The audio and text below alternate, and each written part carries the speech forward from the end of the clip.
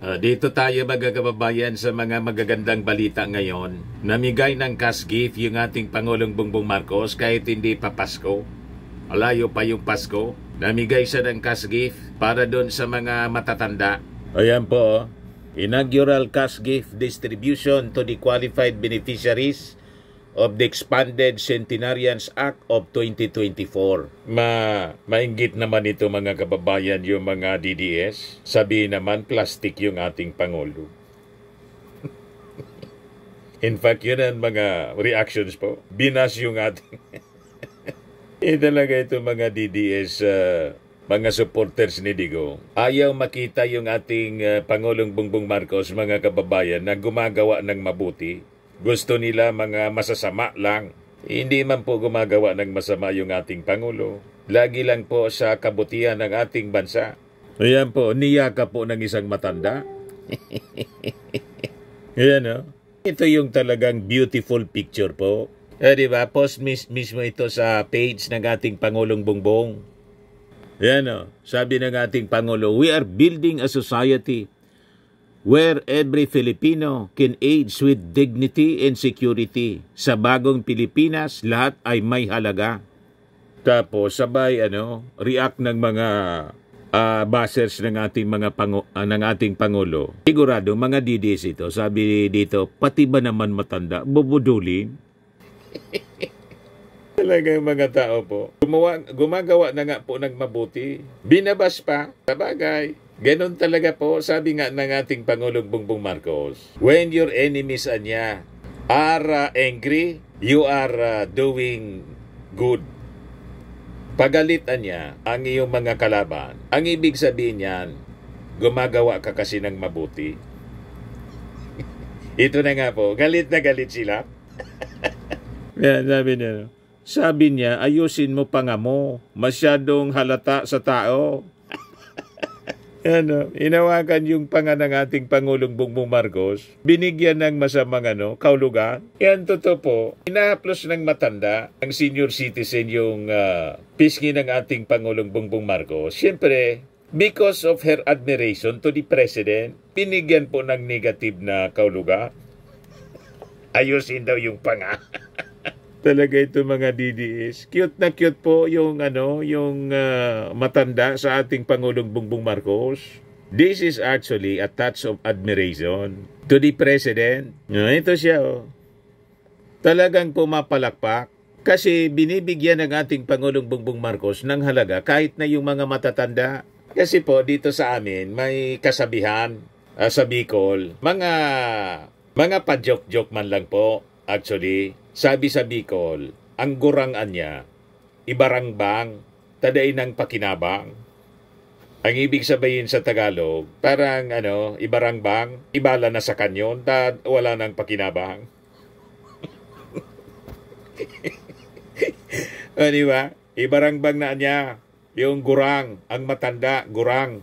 Yan sa Bicol, ang gurangan niya, ibarangbang. Taday ng pakinabang, wala na niyang pakinabang. Mga joke man lang yon ng mga matatanda dito sa amin sa baryo. Pero sa totoo lang po, nandyan pa rin ang pagpapahalaga. Yung naituro ng mga matatanda sa atin, yung pagpapahalaga sa ating mga magulang, sa ating mga lolo't lola. Yun ang binubuhay po ng ating Pangulong Bongbong Marcos. Ito niya ang bagong Pilipinas. Sinisiraan nila. We are building a society where every Filipino can age with dignity and security. Sa bagong Pilipinas, lahat ay may halaga. Diba? Yan ang pagpapalaga, totoong pagpapalaga ng ating Pangulo. Si Super Ate nandyan. Tapos ang reaksyon nito, palagi itong nagre-react din sa akin, itong si GKO, plastic. Ito ang authentic na pagmamahal ng tao kay BP Sara sa bata at matanda, respetado at mahal siya ng walang kaplastikan. Kaya sabi ng isang nag-react dito, si Victoria Valencia, Escala Pedersen, yung mga hindi marunong tumingin ng mabuti at magandang gawain, shut your mouth up na lang po. Sabi ni Gina Magdaraog, mabait naman talaga si PBBM, protektahan kanawa ng Panginoong Hesus laban sa mga masasamang tao. God bless you. Mas marami po ang naka-appreciate sa ginagawa ng ating Pangulo. Tingnan ninyo. Sabi dyan, a meaningful gesture of gratitude and respect for our senior citizens. Love how PBBM cares, dignity for all. Your kindness are much appreciated. Our senior citizens deserve this recognition and support. A beautiful way to give back to those who have given so much to society. Salamat sa Malasakit BBM. Salamat sa Malasakit BBM.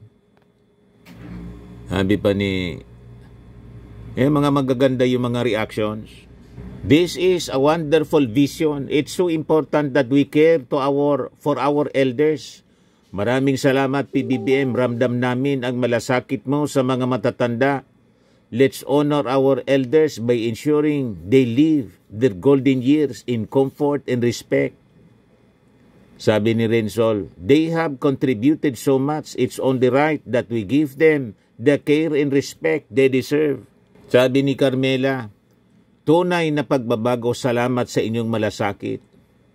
Sabi ni Jilay, maganda ang plano para sa mga elderly na masiguro ang kanilang kaligtasan at dignidad. Sabi ni Prince Ano, isang napakagandang hakbang para sa ating mga matatanda. Salamat po. Mangilan-ilan man lang po mga kababayan yung mga nagsasalita ng mga masasama. Kasi nga po, ang mga nagsasalita ng masasama sa mabuting ginagawa, masama po kasi ang kanilang kalooban. Mga masamang loob. walang nakikitang mabuti. Pag masama ang loob mo, ganun talaga po ang natura. Iyang mga DDS, mana sa kanilang amo, masamang loob. Kaya pag nakita nila ang mga mabubuting ginagawa ng ating Pangulo, masamang-masama ang kanilang loob. Pero tingnan ninyo yung mga mabubuting tao, mabuti ang loob, mabuti po yung mga sinasabi. Yan o, napakarami nila. Sabi ni Triple K, empowering every Filipino to age with dignity is a noble goal. Let's make it happen together. Sabi ni Fanby, it's heartwarming to see a commitment to the elderly. Every life has its value. Sabi ni Sneakers, respect and dignity for all Filipinos. This is true leadership. Maayo gid ini mga vision. Sabi ni Sandara Loy, seeing progress like this gives hope to many. Maayo nga may amo isini mga inisyatibo. Sabi ni Alice Domingo, to God be the glory. Thank you, PBBM. Sabi ni Ayen Nasyon, maraming salamat, PBBM.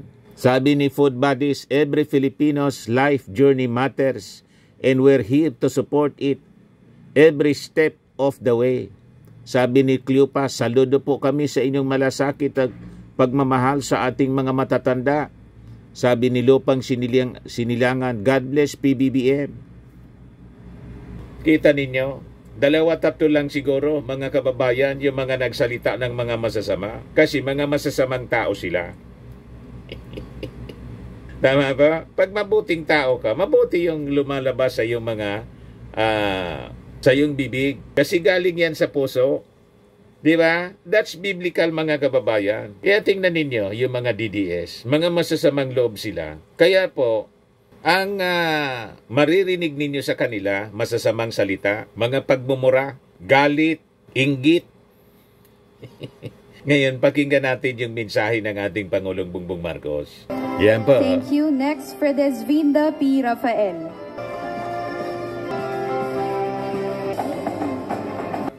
Yan po mga kababayan. Yan ang ating presidente. Oh. Tinutulungan Next, yung Miss matanda. Vicenta C. Martelian. Ito naka-wheelchair na lang. Oh. Nilapitan ng ating Pangulo. Pag-award.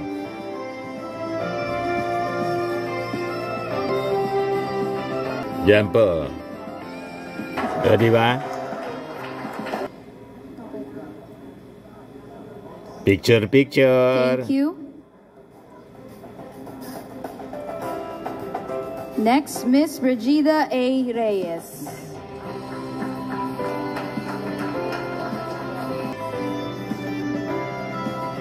And lastly, Miss Hiwaga E. Dominguez. Yan, 100,000 po.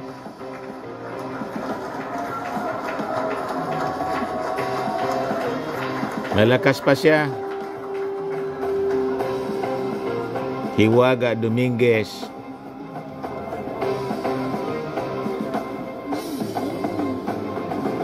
Yung iba naka-wheelchair na. Pero ito malakas pa si Hiwaga Dominguez.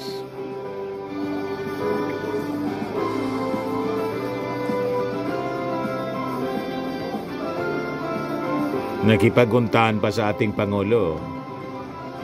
O, di ba?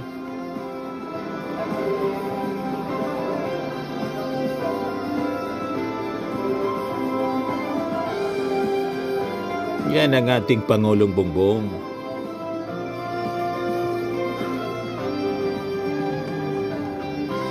Matagal.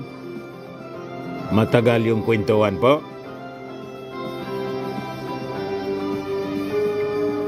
Oh, 100,000.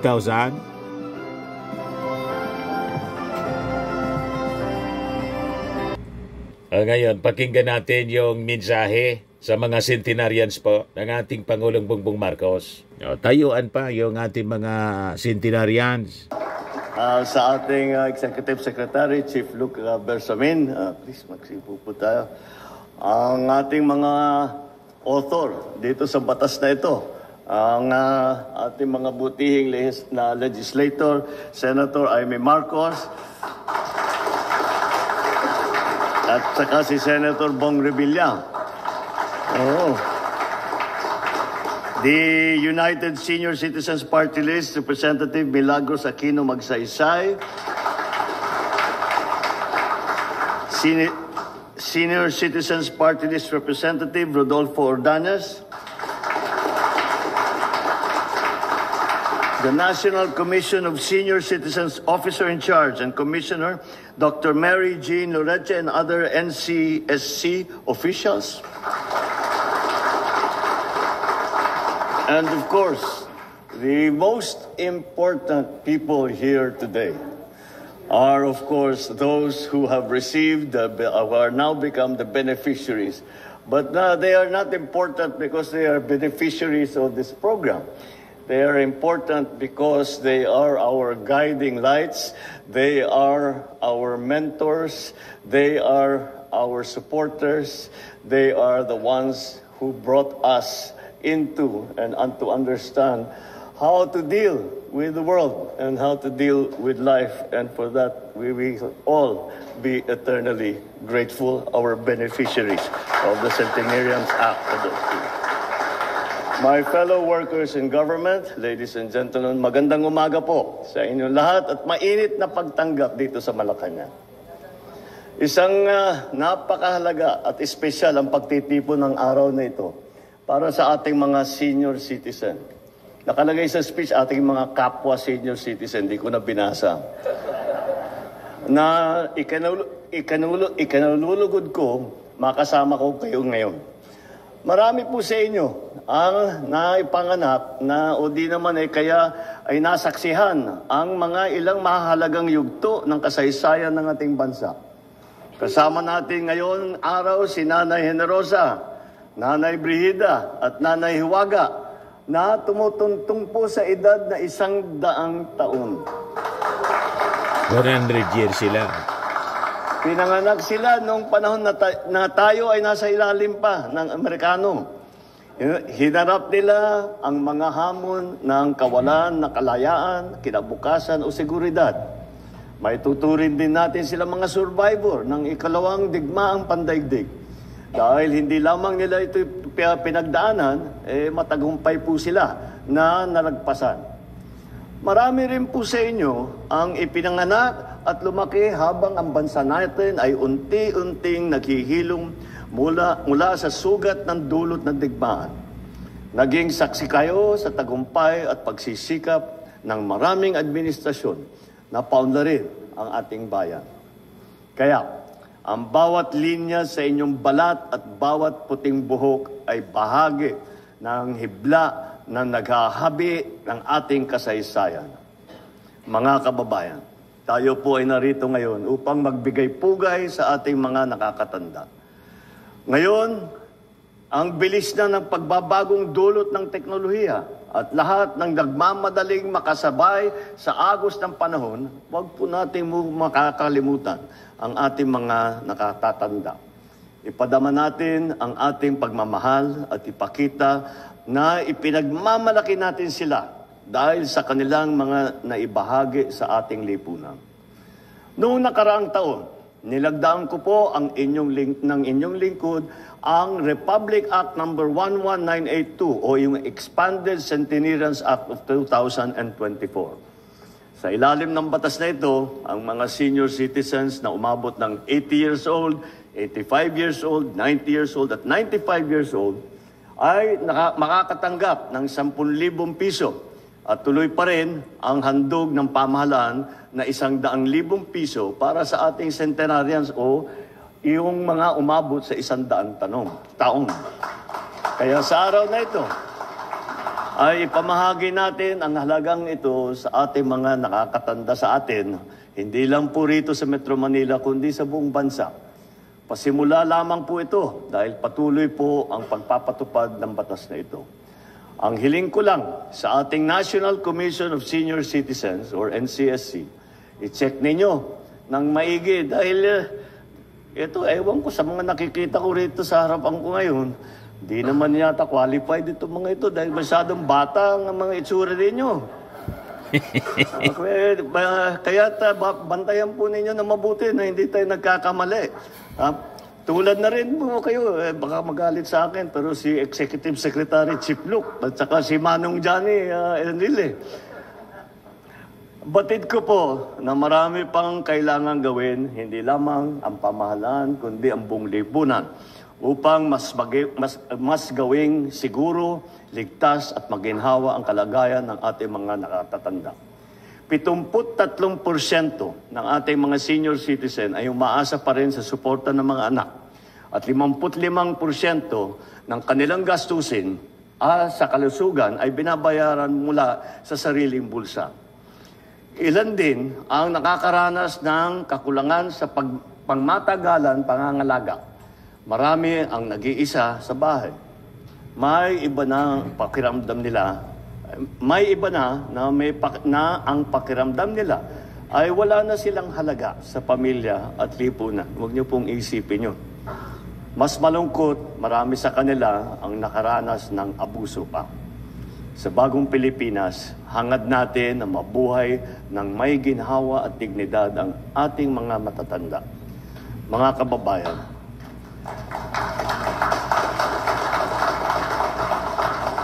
Mga kababayan, hindi na dapat pinagdadaanan ng ating mga senior citizen ang ganitong mga problema sa yugtong ito sa kanilang buhay.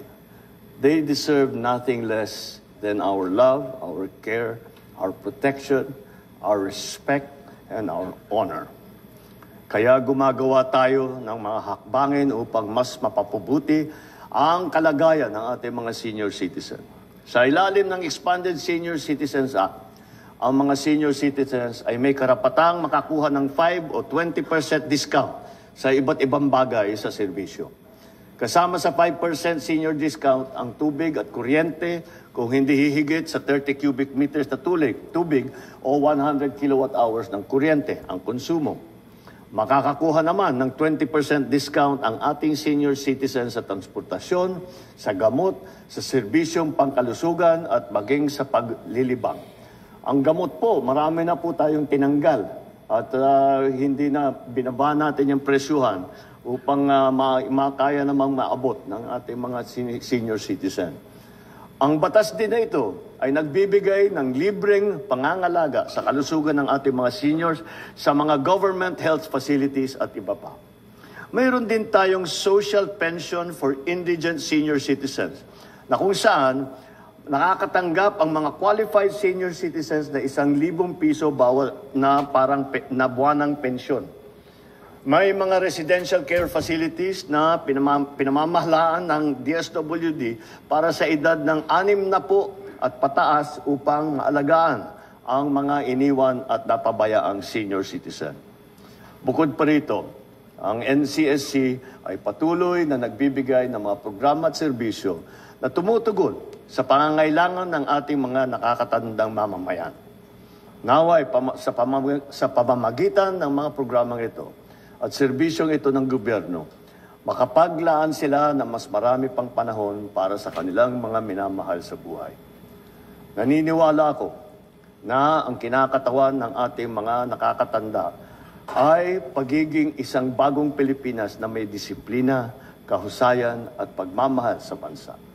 Narito tayo ngayon dahil ipinapakita natin ang mga katangiang ito na nagdala sa kanila sa kasalukuyan. Sa mga pamilya ng mga ating mga nakatatanda, ipagdiwang ninyo ang bawat sandali na kapiling sila. Ipakita ninyo ang malasakit dahil darating ang panahon na kayo din ang maghahanap ng respeto at kalinga mula sa anyong anak o apo.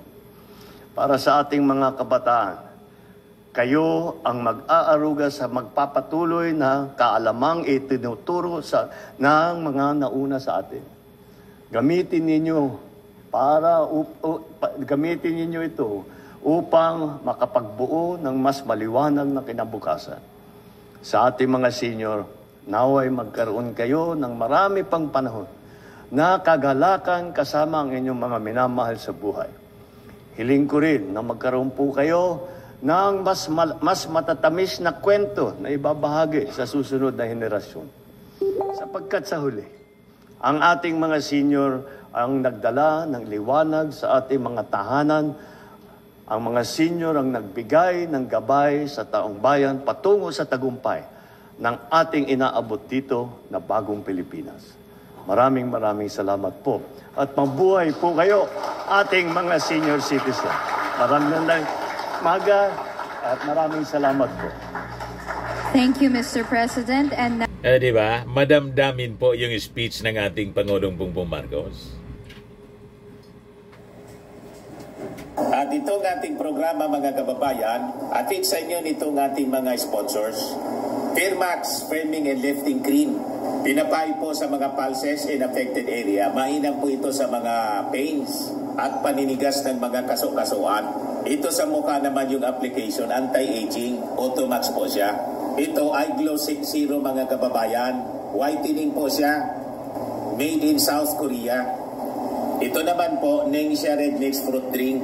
Gawa po siya sa goji berry. May anti-cancer properties po siya. At sa mga naghanap po ng malinis and spacious fitness gym, pumunta lang po kayo sa aming Colossal Fitness Gym. May Grab Car Rental din po kami. At bills payment po sa aming office. At saka sa mga mahilig po sa mga imported bags, manood po kayo sa live selling ni Madam Aileen Rosales sa kanyang Aileen Closet po. Pati mga shoes, ito yung kanya po. Ito yung kanyang page. Kita ninyo, napakagandang mga online selling po siya. Si Madam Aileen Rosales. At cellphone number niya po, 773-798-7816.